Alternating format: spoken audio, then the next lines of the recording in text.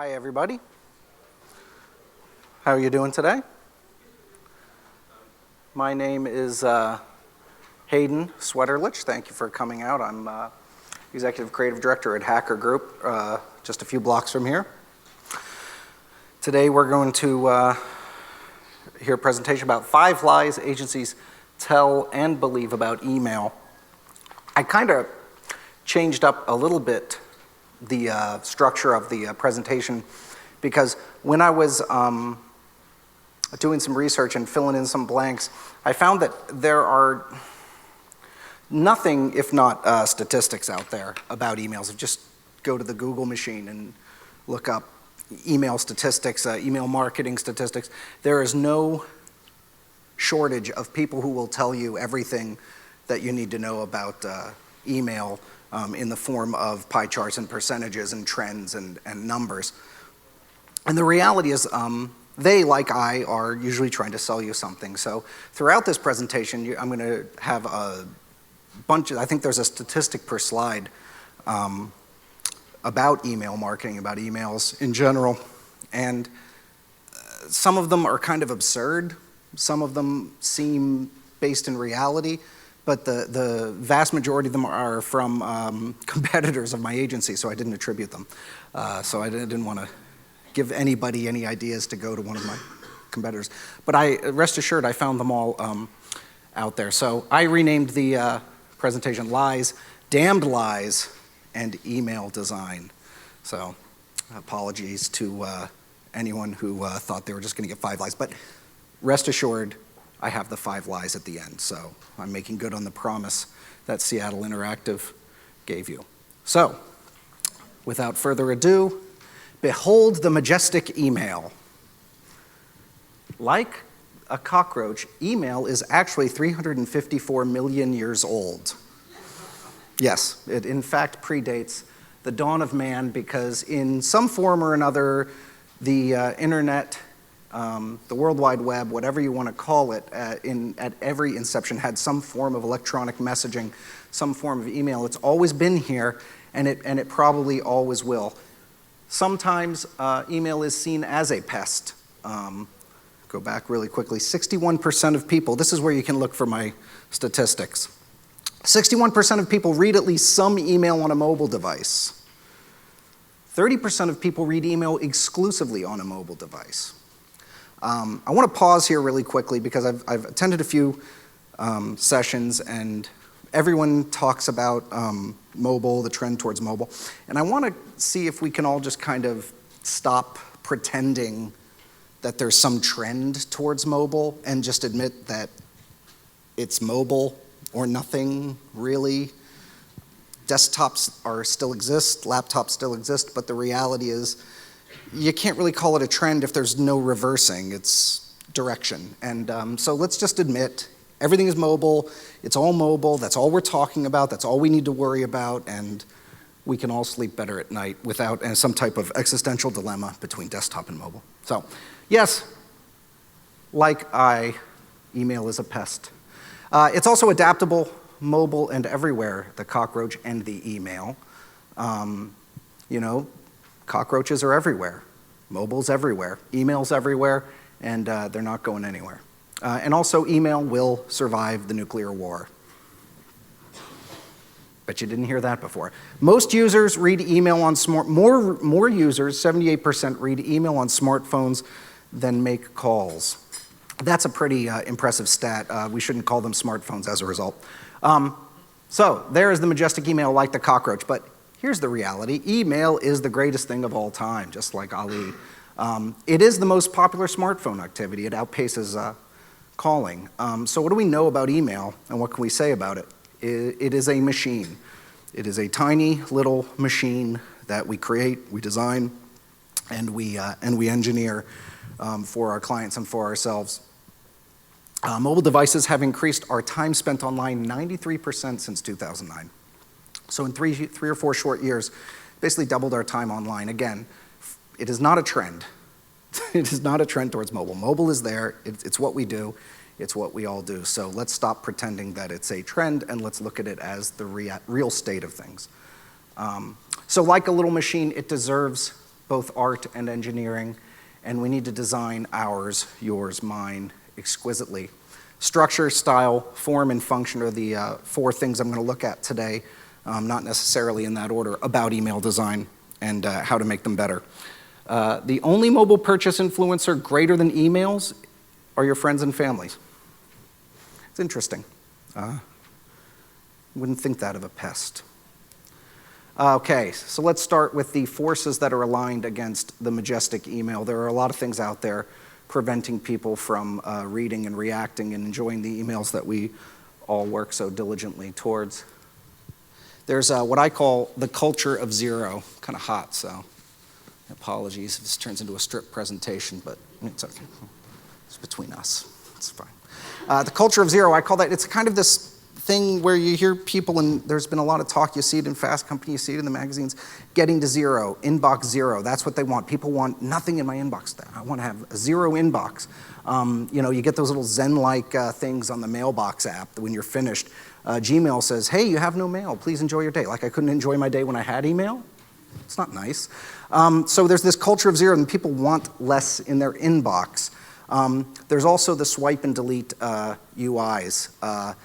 There we have the Yahoo mail client, which gives you the option to star, circle, spam, archive, or delete an email when you swipe it. And then the native OS 7 one, which just gives you 2 options, trash or more. So again, the swipe and delete UIs give people a quicker decision set, a quicker way to decide whether they want to read your email or not. Since I will admit that desktops do still exist physically. Tabs, a lot of people are worried about tabs, emails being put into certain folders, social promotions, update, et cetera. And there's that push to get your company's emails in primary. Again, it's a problem, it's a hurdle, it's a insidious force aligned against the Majestic email. Canned meat, or spam as we call it. This year, about 84% of all email traffic will be spam. We talk a lot about spam. We've talked a lot about it in the past. Everyone's going to try and sell you on certain words you can or can't use, or text to image ratios in your emails, or personalization, all caps, different things. There's all kinds of things that go into spam. Making something spam and caught by the filter. And to be honest with you, I don't know about you, but my experience as of late in the last few years has been, anecdotally, there's been some moments where things that weren't spam get caught by filters. But for the most part, when you look in your spam folder, it's spam. It's like mortgages and, fake Viagra from Canada and, enlargement medicine that I buy. But, it's spam. It's not like, I get an email every day from Papa John's saying I can get a free pizza, and free is like all caps and like 4 times in the subject line. It doesn't get put in spam because I order 4 or 5 pizzas per night. And then there's operating system and client anarchy, as I call it. Very often you have to test into it, but when you start to get into little tricks of functionality with CSS3 and with HTML5, and you're trying to make your emails do more things and do more interesting things, and when you get into responsive design for emails, you very often have to look at clients because there's anarchy out there. iOS, 66%, about 2/3 of mobile traffic is on iOS, and that's like civilized society, and Android's kind of like the Wild West. It's like not everything works everywhere on every client or OS, so you have to test into those kinds of things, but it can create a bumpy road between you and your client because your client's like, hey, I want this to work that way. But it doesn't in my BlackBerry Bold 6500 or whatever. So sometimes it doesn't. But you have to worry about that with your client about the OS and client anarchy. Design starts in the inbox. So here's where we're going to start talking about the form, function, structure, and all that good stuff of your emails. I don't even know where to look. Should I sit down like Dick Cavett? One of my art directors is here, and she said, are you going to sit down and like go from chair to chair? And I was like, no, that would be weird. So design starts in the inbox. Clear subject lines are compelling ones. Since we are looking at our emails in the environment of mobile, we have to think of them with our mobile inboxes. Now, granted, this is a slightly older inbox. I took this around Valentine's Day, but clear subject lines are compelling ones. 33% of email recipients open email based on subject line alone. Now, that may be the case. Maybe it's a third, maybe it's 40%, maybe it's slightly less. I don't care about the percentages, but I do know this. If you tell me, if I'm worried that, okay, it's fall, can I get a good deal on new patio furniture? And I'm thinking I should do that and stock up for next year, and I get an email from Target that says, spring into the last shades of summer this fall. And that's the email subject line versus 75% off all patio furniture. I'm going to go for the 75% off all patio furniture. It's not as clever, it's not as interesting or artistic of a line, but it tells me what I need to know about what's behind that door. And that, it's a very simple kind of basic UX principle to let people know, like if you're going to put a red door, make it a red room behind that red door. Let people know what they're getting into with your emails, and you will, they will not be surprised or shocked when they get inside your email and see what it's about. And if they're interested in the subject line that's clear and expresses what the content's about, granted, chances are they're going to be interested in the content. But the subject lines are not the only thing in the inbox. Oh no, there's much more. Agencies sometimes ignore the pre-header, but users never do. This, I took this one on the day before Valentine's Day at 7:55 a.m. That's funny, it's off from top to bottom, but look at those bad pre-headers. Having trouble viewing the email below? View online version. Having trouble viewing our email? Click here. To ensure delivery to your inbox, please add our email, members@WT. Pre-headers are kind of a, I've been seeing a lot of improvement in this. So if you're an email designer or you work for a company that produces a lot of emails and you've been improving this in the last 12 months, I applaud you, because it's always been a very, it's always underutilized, and as a result, I think a lot of emails will underperform because people will see who it's from, the subject line, and then the pre-header in their mobile inbox. And if the pre-header complements the very clear and compelling subject line, chances are you can almost get people to decide whether they're going to click through your email before they even get into it with the proper pre-header and subject line. They are the thunder and lightning of the inbox. Though this is one of my favorite stats that I found. Subject lines with fewer than 10 characters get an open rate of 58%. That's absurd. How anyone could claim that when they're trying to get new business is fascinating to me. I mean, maybe they did a test and they found out. I'm not saying that you should have long subject lines, but to say subject lines with fewer than 10 characters get an open rate of 58% is a bit absurd to make that claim. I thought it was funny. I guess none of you did. Insider joke. Symbols, what the heck was up with symbols? Unicode is all over the place lately. Everyone likes them. Everyone flipped when Jeep did that thing. I guess it was like a year ago with the little headlights. Here's the reality. If a symbol is in a subject line and users don't see it, does it really exist? I don't know. Over here we have, recently, again, Papa John's sent me an email. In some cases, I get the little jack-o'-lantern. It's Halloween, right? In some cases, in the Yahoo alert, I don't want to fall off the stage. In the Yahoo alert, I got 4 question marks. Down here, I think this might have been a Gmail or Outlook, I forget. I get a box. So sometimes I get it, sometimes I don't. Does it really exist? I don't know.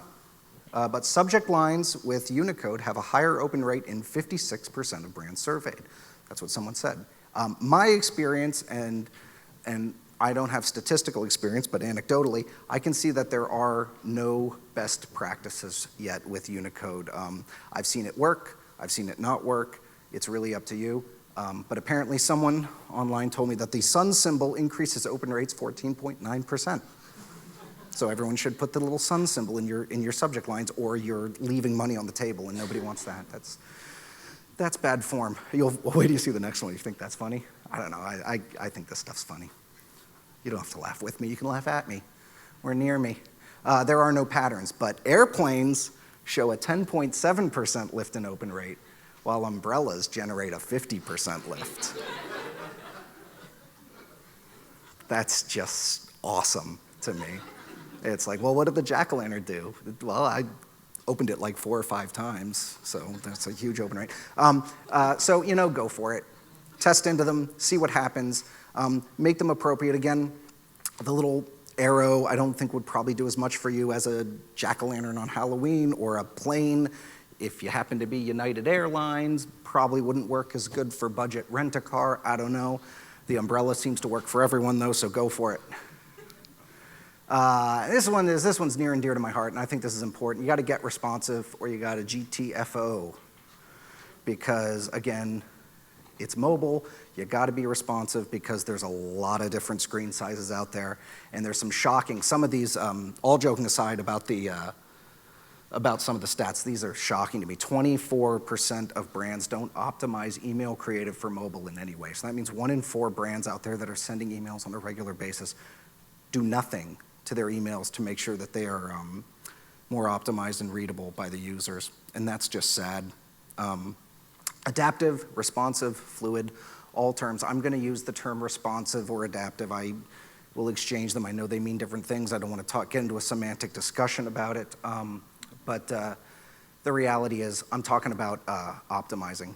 Stammy, some of you may know, Paul from Twitter, had this little thing in one of his tweets a few months ago, which I thought really kind of summed up what we're looking at when you optimize emails in design for mobile. A lot of different screen sizes out there. So do you go full responsive? Do you go adaptive and have breakpoints? That's up to you. I think you should test into it, but I do think if you're creating emails for a living, if you're even creating emails as part of your living for people that pay you money to do so, you have to do this or you're doing yourself and them a disservice, because you'll get so much better. And I'll show you an example of a statistic I can live with and stand by in a moment. 39% of marketers have no strategy for mobile email. So a quarter of them don't optimize, and 40% of them don't even have a strategy. They don't care. Again, ridiculous. Come on, people. It's the 21st century in America. We can do better than that, right? Right. Come on. Everybody. Affordable health care. Come on. This is good. I mean, come on. That website, Jesus. I mean, that's the guy. I mean, oh, God. It's like you do all this stuff, and then the website, come on, man. I saw Howard Dean yesterday on one of the morning shows saying, I've seen, most websites, and even in the private sector, have big fails, and we didn't say fails, but, have big problems with them when they roll out, just like this site. And I'm like, oh, not like this site, man. Not a lot in the private sector. I mean, we have beta, but come on. Yeah. Optimize or die, come on. Get with it, people. 87%, So 40% of brands have no mobile email strategy. About 25% of them do not optimize in any way, but 87% of online retailers optimize mobile email, or plan to in 2013. It's interesting because when I look at my inbox and I look at the things that I see from different brands, usually it's retailers that get it a little bit better, that are doing a little more interesting things. Whether it's Nordstrom kind of getting a little bit into responsive with what they're doing, or at least adaptive, or I see a lot of animated GIFs. I see a lot of things that are interesting in retailers. So they're kind of at the forefront of it as far as verticals go, and maybe that's because more of their livelihoods depend on their emails performing better. I don't know, but they're doing a better job than most people. Here's an example of the kind of adaptive stuff that we do with our emails at Hacker Group, where we'll have a breakpoint, I think, at 480 or so, because I think that's the landscape of the iPhone. But basically, I see all the time, when you go on Twitter, I see responsive web design as a hashtag. I never see RED, responsive email design. I do see it on several of the communist and websites that I go to, but that's, again, affordable health care. So 45%, no, 87% we saw. 87% of online retailers optimize mobile email. 45% of the 2012 holiday season emails were opened on a mobile device, so half of them. I don't think that that's an outlandish number, and I would imagine the number will be growing this holiday season. So here's the statistics that I can kind of get behind. We manage and develop and create one of our clients' monthly 12 million monthly touches in their email program. We had an average of 25% open rate. 50 to 60% of those are opened on mobile devices, and we have a 3% click-through rate. Now those are good numbers, and I don't say them to impress you, but to impress upon you the vast difference that you'll see when we introduced adaptive design. We, in 12 months, saw our click-through rate go up about 400% once we introduced adaptive design. And it was a huge difference to our client, a huge difference to us, and it really kind of cemented the idea that if you're not optimizing your emails for mobile devices, you're leaving money on the table, your clients and yours. So, and this other statistic here kind of points to it. I guess it was 2010, there was 97 unique screen resolutions out there, and now there's 232. So you have to do it. Flat is so hot right now. It is, isn't it? It's pretty good. Flat user interface, flat design. It's very hip. It's very hot right now. I'm not gonna lie. I prefer it. I like it. Do you ever want to ask a question now? I did from a slide ago. Oh, sure. I could wait till the end. No, let's do it. I just Mugatu? wondered, That's Will Ferrell. I know. Yes. That's this one. Yes. For those among us who might use popular email products like Aweber, iContact, Constant Contact, all those things, do you happen to know if they do anything for responsive design? And if not, what's the solution for the smaller folks who rely on them? I do not know if they do, to be honest with you. The solution, and I don't want this to sound harsh or I don't want to sound like a horrible person, but the reality is I don't know any of this stuff because the dev guys and the user experience people that I work with are really smart and they stay on the cutting edge.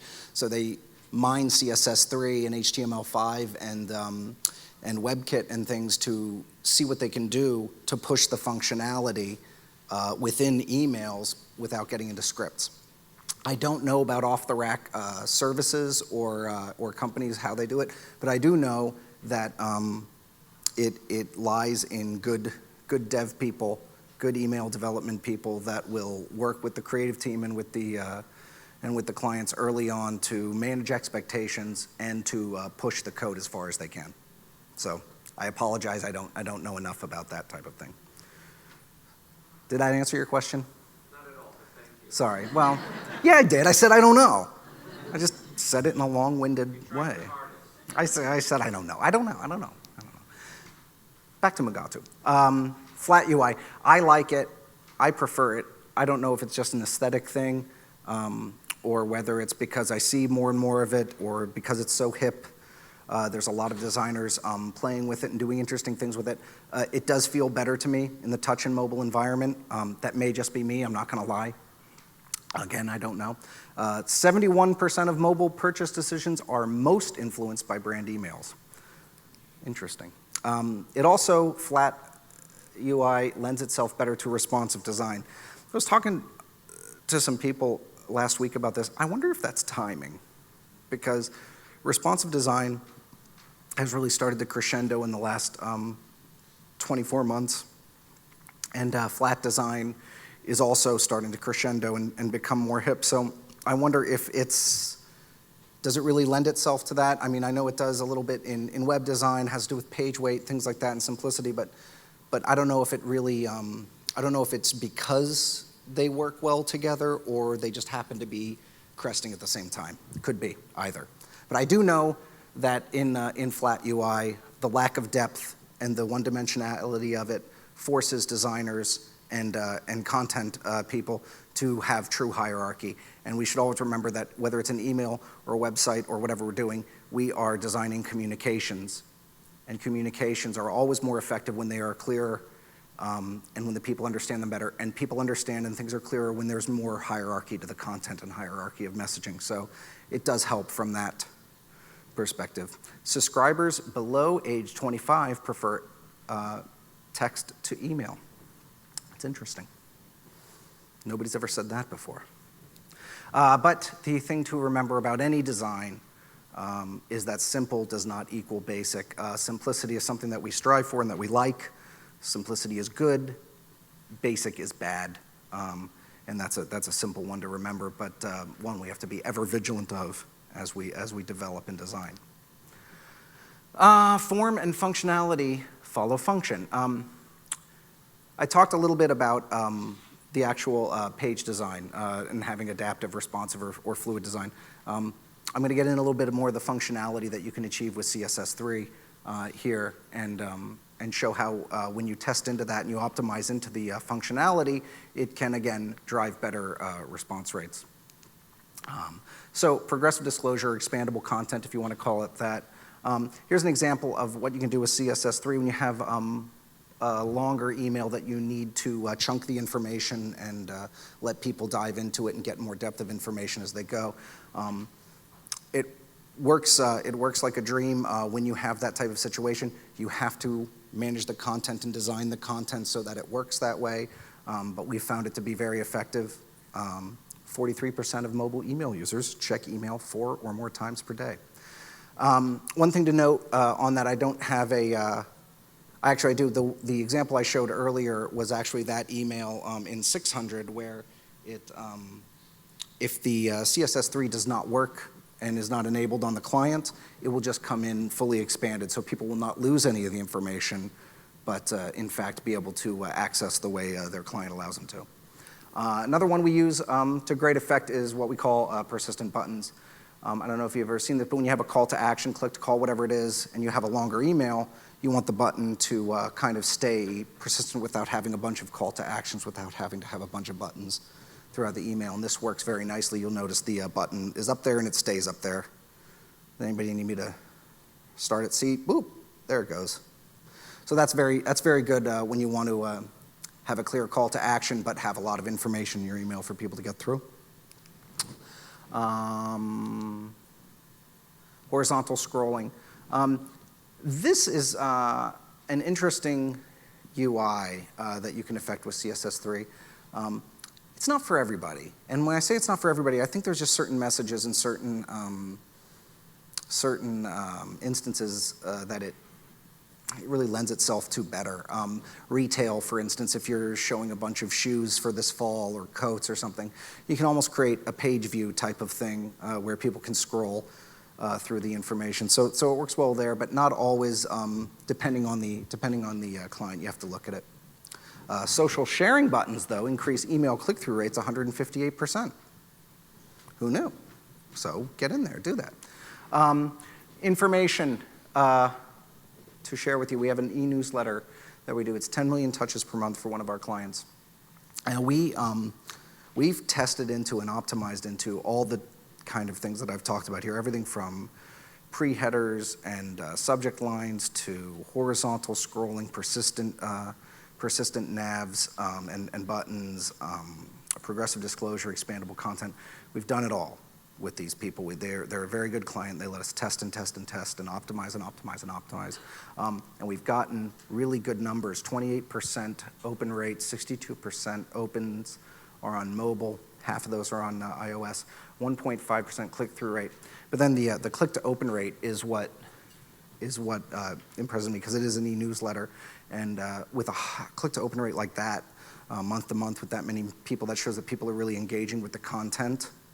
And the content's, because the content's being served to them differently. All of the testing that I talked about, we didn't change the content itself remarkably, just how the content was served and designed to the people. So we had, the constants in the testing over the last, I think this is since May, we've seen the vast increases, but the content has remained the same. Content was a constant. The audience was a constant. What was variable was our design and how we served up the information, and it's gone through the roof. So, personalized subject lines are 22.2% more likely to be opened. And spam too. Recently, someone was saying that apparently personalized emails now are getting thrown into spam folders. I don't know. I haven't seen that really happen, but fan of impersonal communication. That's good, I like that. So yeah, that's our newsletter, and it's doing really well. But again, form and functionality follow function.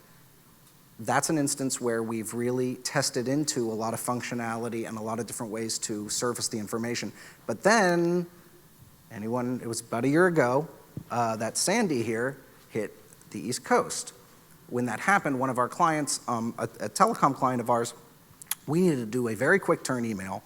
I think we, from kickoff to deployment, it was 24 hours. But we needed to basically send an email to millions of customers in the Northeast region who had no power, who were underwater, et cetera, where there was fresh water stations, where there were charging stations for their mobile devices. Now one thing we knew was that virtually none of them would have electricity, so there'd be no home or office desktop computers connected to the internet. For the most part, we knew the people would be looking at things on their mobile devices. Moreover, we knew that their mobile devices would likely be running out of juice, at best, at that time. We wanted to get them this information, we wanted to help them, so we created a very bare bones, I think it was for the most part text only, but with links and downloadable as PDF with how they could get to the closest charging station and fresh water stations that our client was putting up. So there's an example where the function of the email was to get this information into people's hands in the most streamlined, efficient way possible without any of the doodads, without any of the expandable content or any of that stuff. So there's a situation where nothing we would want to do from a design standpoint other than get the words in their hands would have worked. So we did the right thing that way, and it worked very nicely. So again, I guess maybe what I'm trying to say there is every situation is unique. Every client is unique based on their goals and the users needs and the user's hierarchy. You should test into what you want to do for design. So now we're coming, not bad, half hour, right? Anyone? So the 5 lies agencies tell and believe. I've gone through a lot of things here relatively quickly about the function, the form, the rote design, and some tips and tricks about email design to optimize them for mobile and to make them more effective. But these are things, if you ever hear agencies saying them, it's a lie. They may believe it, so maybe it's a misconception. Lie sounds harsh. I don't want to be a jerk. Emails don't drive blank, they drive blank. I've heard people say they don't drive engagement, they drive sales. I've heard people say they don't drive sales, they drive engagement. I've heard people say they don't do this, but they do that a million times, and it's a lie, or it's at least maybe they believe it, but it's still a lie because nobody knows. Emails do what you want them to do, just like any communication. They do what you design them to do, and they do what the people are ready to receive. That's what it really comes down to. The intent you have in any communication you create for your clients or for yourselves is really dependent on what people get out of it. And whatever they get out of it and if that's what you want them to get out of it, that's what the email does. So there's no hard and fast rule. The most effective emails are blank. Again, whenever people start to speak in these kind of platitudes or these absolutes about emails, they're lying. And maybe they don't think they're lying. Like, lie is so bad, I shouldn't have said that ever. I feel bad now. But it's true. See, it's true that this is a lie because emails have kind of fallen out of favor. They're like cockroaches in a way. They've been around forever. A lot of agencies don't find them very sexy. I happen to find them sexy because there's a lot of interesting things you can do with CSS3. And it's one of those things where it became so unsexy for agencies for a long time that, the door was, the white space was left open for people to innovate and do interesting things. And now when you do innovate and do interesting things, you really can change the game for your client because there's still, I'll say, one of the, if not the most effective way for a brand to have a one-to-one interaction or communication with a target or customer. The single most important factor in email design is blank. Again, there is no single most important factor. They are all important. They work together or they work against one another. Everything that I talked about here, whether we're talking about progressive disclosure, horizontal scrolling, responsive design, subject lines, pre-headers, et cetera, Unicode, blah, blah, blah, blah, blah, blah. Any one of those things can be what makes it work or what makes it fall, and you have to test into things to optimize them for you and yourself. And blank has largely replaced emails in importance. You hear that all the time when people say, well, this is, emails are not where it's at, something else is. Nothing's replaced emails in importance, really, except people's predispositions towards it. And lastly, we have emails figured out. Anyone that tells you that isn't paying attention, because just as I said in the beginning that there are so many forces aligned against emails, it's changing all the time. A year ago, before Mailbox was around, the swipe UI wasn't as much of a threat as it is now, especially now with iOS 7 tabs. There's always something changing the terra and the landscape of the emails, both from a user's end of how they receive the emails and how they consume them, and from our end, how we can deploy them and the things we can do to design them. So emails, just like everything digital, just like everything mobile, is constantly evolving, constantly changing. So there is no figuring it out. There is only keeping up with it and trying to stay ahead. So I want to thank you for your time. Any questions that I may or may not know the answer to? Yes? And since they're recording this, I ask that you speak into the microphone. Even if I feel so bad I don't know the answer. I'm sorry, man. So. All right. So you talked about email creative and these types of things, and talked about ISPs and how they receive those messages. Then there's some agencies in between, like your Cloudmarks and your spam houses, and the people who are looking at your content and making an evaluation about you on behalf of their clients, and then marking your mails. And that's also friction into getting into the inbox. Yes. And I'm really curious, based on the work that you guys are doing, how are you considering IP reputation, the way that content is crawled, all of these things? Well, to be honest with you, just like all of the design factors that go into whether the recipient opens the email, likes what they read, clicks through, engages with it. There are all the safeguards of updating what spam is and isn't are constantly evolving. This is going to sound, a long time ago, someone told me if you want to do really good writing for the spiders and for the robots that crawl the internet, write for humans, not for robots. And things have a tendency to work themselves out with that.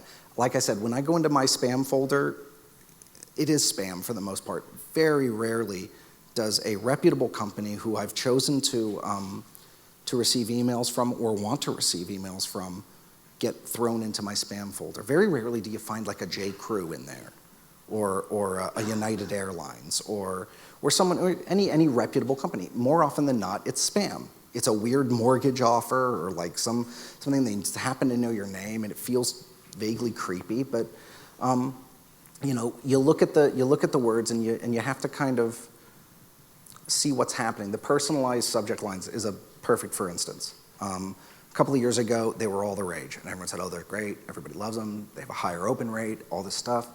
Now, apparently, they are ticking off some of those spam filters. So, and yet I get things personalized all the time from reputable companies, from real companies. So I don't know exactly how to do that. I do know that you have to kind of stay on top of it, keep your eye on it, and I guess it helps to not be a spammer. That sounds odd, like a weird chicken and egg thing, but the best way to not get in spam folders is not be a spammer. So, does that help? Okay. Hi. Can you talk about how you handle image hosting within email design, especially balancing fast download times of images versus retina displays with really high image quality? No, I cannot. Thank you. I honestly, you know what? I don't know. I do know that I was watching one of the sessions earlier today. I want to say it was the fellow from the White Pages talking about responsive design. And he was talking about the reality is that data networks and cellular networks are faster than ever. We got LTE, 4G, blah, blah, blah, blah. Even 3G is pretty darn fast considering what we had a few years ago.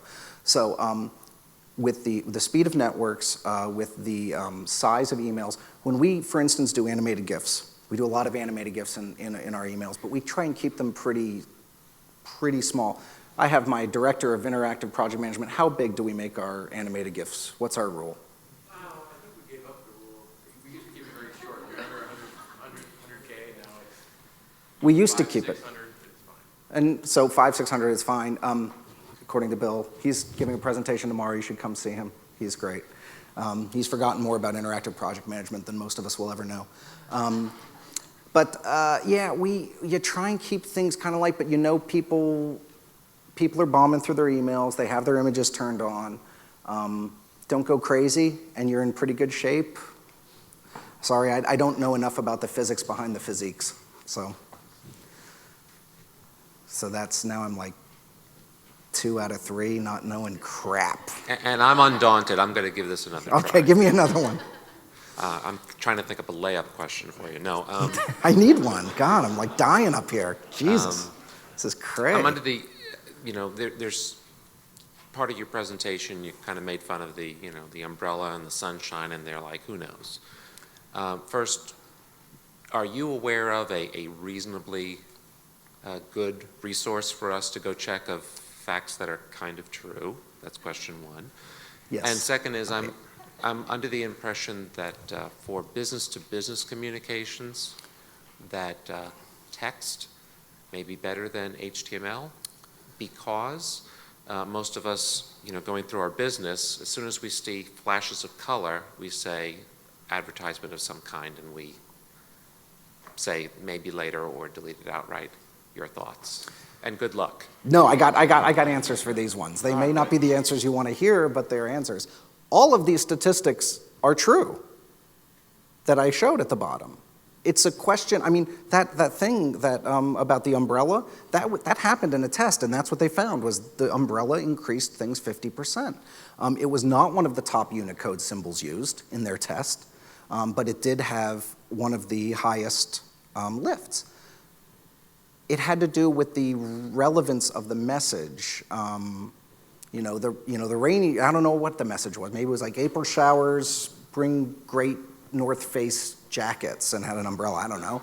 That would make you open it. So that's the thing is, there's 2 places you can go. One, anyone that's going to give you a statistic, if they're a reputable company and they have it based, and you read what they had tested and it's relevant to what you're doing, you can learn from it. Our business is and has always been about effective paradigms and then building on those paradigms or going past them or messaging against them. And so yes, these statistics are all, they seem absurd to me, like, oh, this is going to give me 158% increased click-through all the time. It just feels weird when there's statistics. That's why there's lies, damn lies, and statistics. But you can trust them to the point where they can give you some insight to start your test and you're optimizing, because every test starts with an A-B split. Does this subject line work better than that one? Does this content work better than that? It's all about testing. It's all about optimizing, and so yeah, you can trust everyone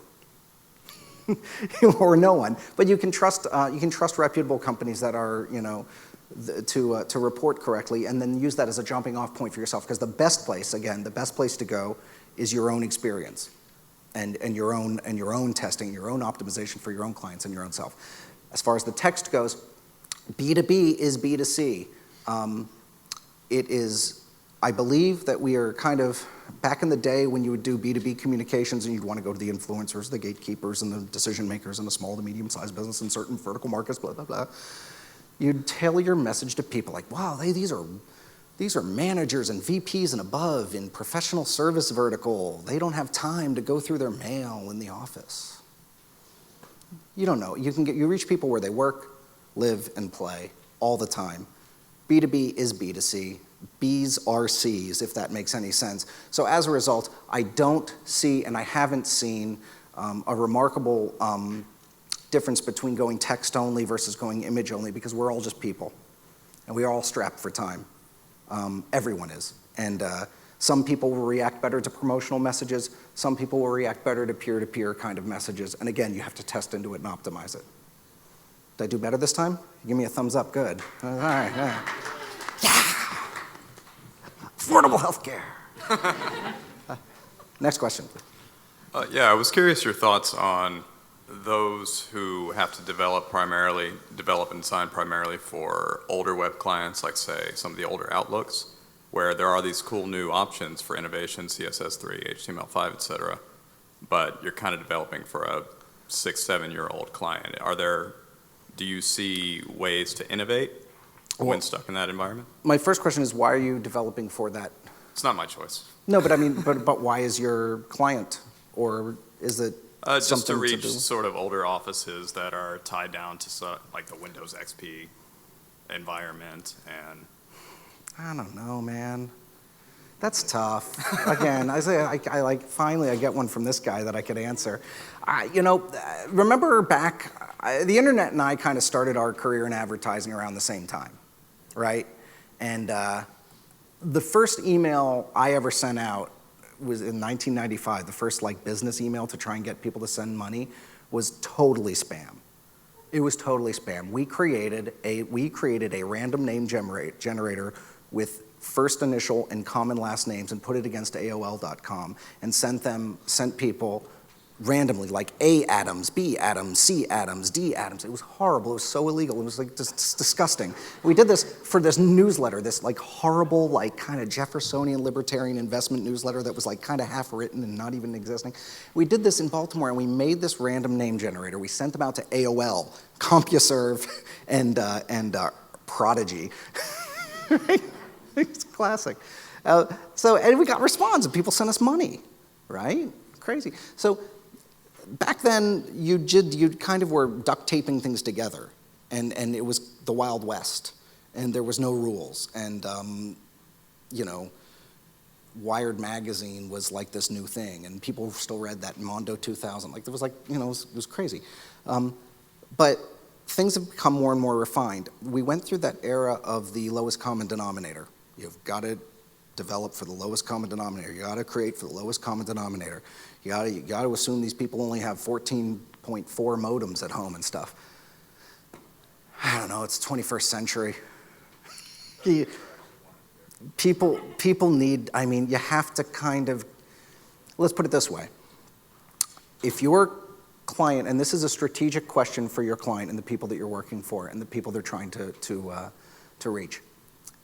If it's okay for your client to only reach those people and only reach them with the lowest common denominator type of message, and that's going to keep their business thriving in the coming months, weeks, years, then go for it. Then just do text-only emails, have dear recipient, and go for it. But if they need to, sell them on a test. Just test into it. Just take some quantity, take 20% of your volume, and test some stuff. See what happens. See if you get a spike. See if it works. Because you got to get out of that. Those things are dying off. It's like to send in direct mail to dinosaurs. Not that direct mail's bad. Direct mail's a good thing. It's still just as good as anything else. Hi.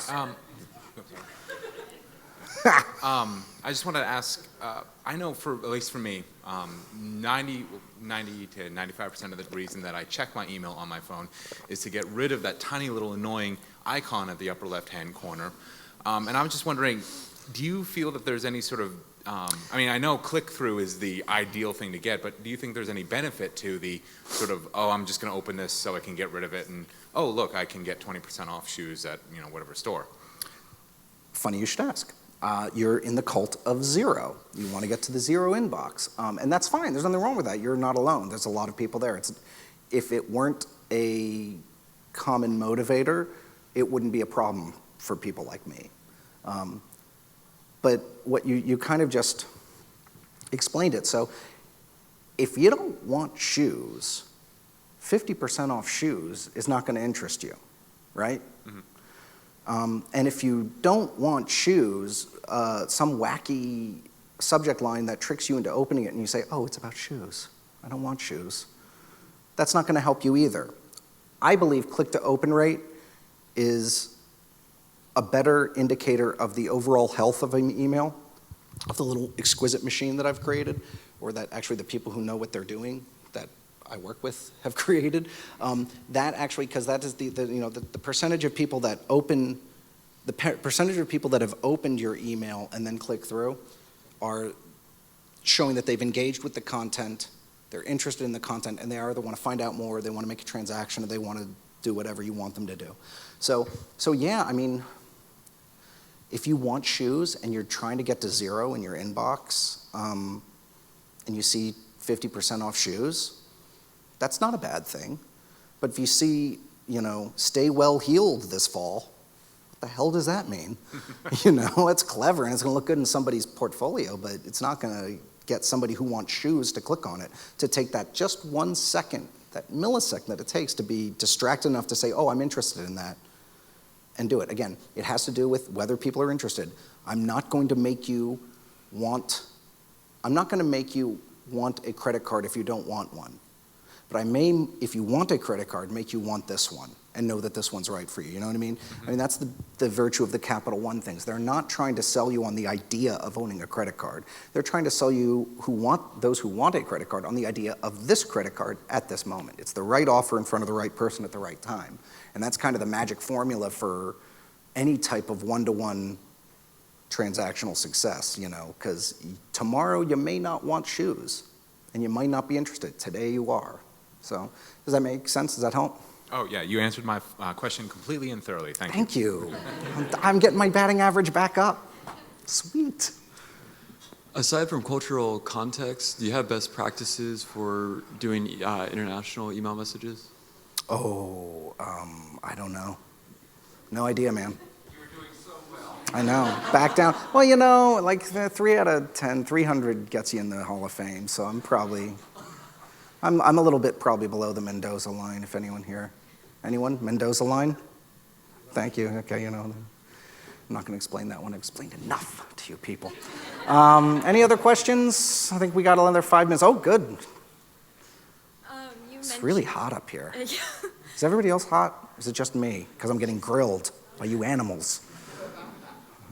You mentioned that people will turn on the images when they get their emails, but I've also heard that you shouldn't assume that people will turn on images for their emails, so I was wondering kind of where you came from in that discussion. I think most people have images turned on as a default.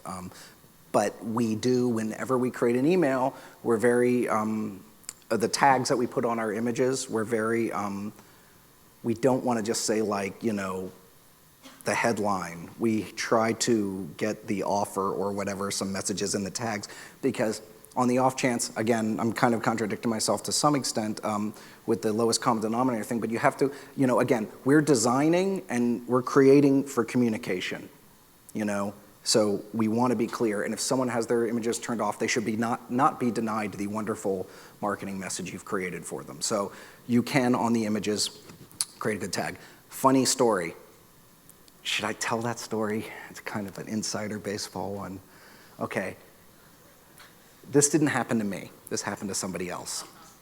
No, it didn't happen to me. But so a very popular company in Cupertino was launching a very popular product at some point in the last 5 to 10 years. And there was a lot of anticipation around this product. And there was a lot of people that were wanting to see what it would be and what it would do and all of these wonderful things. And so someone was sending an email out to a large customer base about said product from said company. And in fact, they blasted the email out, and there was so many people opened it that when the images, if memory serves me correctly, basically the images that were loading on these things, it basically was interpreted almost like a DOS type thing, like they thought they were being attacked, the server, the image server. So what happened was none of the images loaded. It was a total fail, and it was horrible, but the subject line alone was, the new product unnamed is here. So it didn't matter that the images loaded. It didn't matter what happened. These people opened and clicked immediately through because they wanted to see everything about it and what it could do. So there was an interesting situation where the email completely blew it, but a huge click-to-open rate, huge click-through rate because of the subject line. And I'd imagine if you had the same thing on the tags, it's the same type of thing. If people want what if they're interested in what you're trying to get them to, they will get there. Thank you. Sure. Yes, tags are important. Anything else? Anyone? Good? Well, thank you very much. I appreciate your time.